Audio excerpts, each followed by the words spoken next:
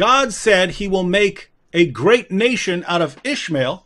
How could the Arabs become a great nation without Muhammad? So follow the reasoning, guys, because once you've got it here. Sam, isn't it true? Isn't it true that God says he's going to make Ishmael a great nation? 100%. Okay. Genesis 17, 19 to 21. Okay, so apparently this only applies to the Arabs. And how could the Arabs have become a great nation without Muhammad? In what other way are Arabs a great nation without Muhammad? This is the clear proof. Okay, now here's my question for CP. I'll get into the Bible in a minute. CP, can you show me, and I know, you're not the Muslim here, is there any verse in the Quran, that says Muhammad is a son of Abraham or a son of Ishmael? Is there a verse that says that? Nowhere. Secondly, let me add comment, please. Please, no, go ahead. So, repeat what you said. Repeat that again. Who said that the Arab from Ishmael? This is number one. Where in the Bible it says the Arab from Ishmael? That's false. Even in the books of Muslims it says, and if you have my book, The Section of Allah, you will find that the Arab, the Muslims agree, that Muhammad, according to the Muslims, that Ishmael, he did marry from an Arab woman, and he learned Arabic from the Arab at the age of 13. So how somebody learn Arabic from the Arab, he is the father of the Arab? That would be the most stupid thing. Same time, the Quran says, وَدْعُوهُمْ بِآبَائِهِمْ, which mean call them by the name of their father. So how the Muslim, they say that he married a woman, she is not from his people, and that made him the father of the Arab.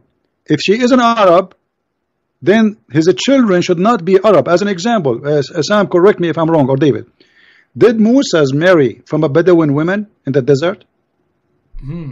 No. What? Yeah, I'm sorry, I apologize because my geography. Yeah, he married Zipporah. All right. And that's my daughter's name, by the way. The children of Moses are Jews? They are considered to belong to Moses, or they belong to that woman? No, exactly. That doesn't mean Moses is the father of the Arabs because he married someone from the desert. Yeah, exactly. That's a false argument when they say that. Yes. On top of that, the Arab, if the prophecy about the Arab, so why the Arab are miserable? I am an Arab. Yeah. We are the most miserable nation in the whole world, and we are not a great nation. All our population is not even 30 millions. What? The Egyptians are not Arab. The Iraqi are not Arab. Where is the Arab? And if population is going to make them great, that's stupid. At the same time, we have nothing to be proud about. Where is the Arab? There's no Arab. The majority of the Muslims are non-Arab. The Arab are not even 5 to 7% of the total population. And if you see what the Arab now, the only thing we can say the Arab are great about is having oil. If that will make us a great, like now, Saudi Arabia is meeting in the G20. The great Saudi Arabia, is it a great? No, it's not. 80% of population of Saudi Arabia do not know how to write, how to read. So the prophecy cannot be about the Arab, because the Arab until now never was, and they will never be great for a very simple reason. Islam destroy everything we have. Exactly. Yeah. And I just want to add something. When you said Bedouin, I was thinking Saudi Arabian, but yes, you're right. Zipporah, Median, they were in the desert. Now, I just want to add the biblical response. You heard what CP said.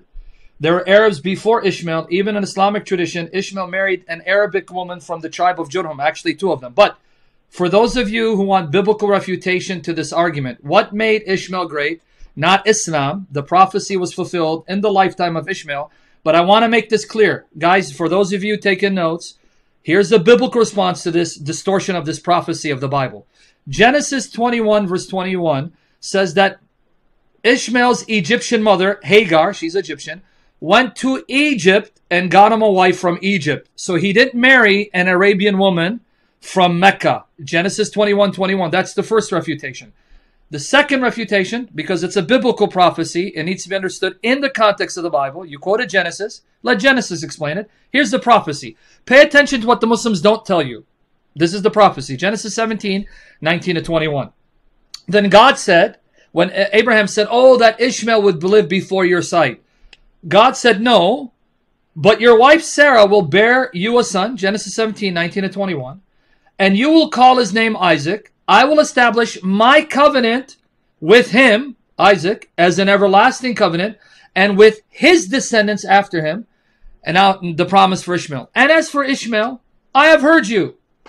I have blessed him and will make him fruitful and multiply him exceedingly. He will be the father of 12 princes, and I will make him a great nation. So right there it tells you the blessing for Ishmael did not include the covenant. It's right there.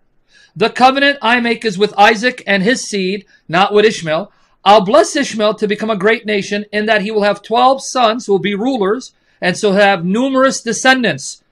Now let me read 21. But I will establish my covenant with Isaac, whom Sarah will bear to you at this set time next year. So it's self-explanatory. He'll have numerous descendants, great in terms of numbers. Now, was that fulfilled in the time of Ishmael, or did we have to wait for Muhammad? What was the blessing? 12 rulers making a great nation. Notice 12. Genesis 25, 12 to 18. Here's the fulfillment. Genesis 25, 12 to 18. These are the generations of Ishmael, Abraham's son, whom Hagar the Egyptian, see, it's even emphasizing he's Egyptian from his mother's side, Hebrew from his father's side. Sarah's maidservant, which even the hadith says she was the maidservant of Sarah, bore to Abraham. These are the names of the sons of Ishmael by their names. Count, folks, according to their generations. The firstborn, of Ishmael, Nebawith, then Kedar, right, that's 2, Adbil, Mipsam, Mishma, I got to get to the camera. Duma, hold on, the camera. Duma, Masa, Hadad, Tima, Jatur, 10, Nafish, and Kidama, 12 sons. These were the sons of Ishmael, and these were their names by their towns and their settlements. 12 princes, according to their peoples. These were the years of the life of Ishmael, 137 years old. He breathed his last and died, and he was gathered to his people. They lived from Havilah as far as Shur, which is east of Egypt, as you go toward Assyria. He died in presence of all his relatives. 12 rulers, 12 sons, great nation. But notice where they did not live. They didn't live in Mecca and Medina. It says they lived from Havilah as far as Shur, east of Egypt, toward Assyria, which would be in Iraq. He died in the presence of his relatives. Please stop distorting the Bible. It does not support Muhammad. Even why the Quran did not say, I will make prophets from Ishmael. Yeah. Look what the Quran says. If you go to chapter 29, verse 27, maybe Sam, he can read it. Chapter 29, verse 27, it says it clearly that Allah gave Abraham 2 children, Isaac and Jacob. Do you find it, Sam? Yep, here, let me get it for you. 29, 27, you said, right? Yeah. And we bestowed on him Abraham, Isaac, and Jacob, and we established the prophethood and the scripture among his seed, and we gave him his reward in the world, and lo, and the hereafter, he verily is among the righteous. Which seed he mentioned?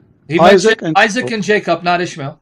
So where is Ishmael, and why he did not? I mean, how you drop the elder in the family? You drop him down.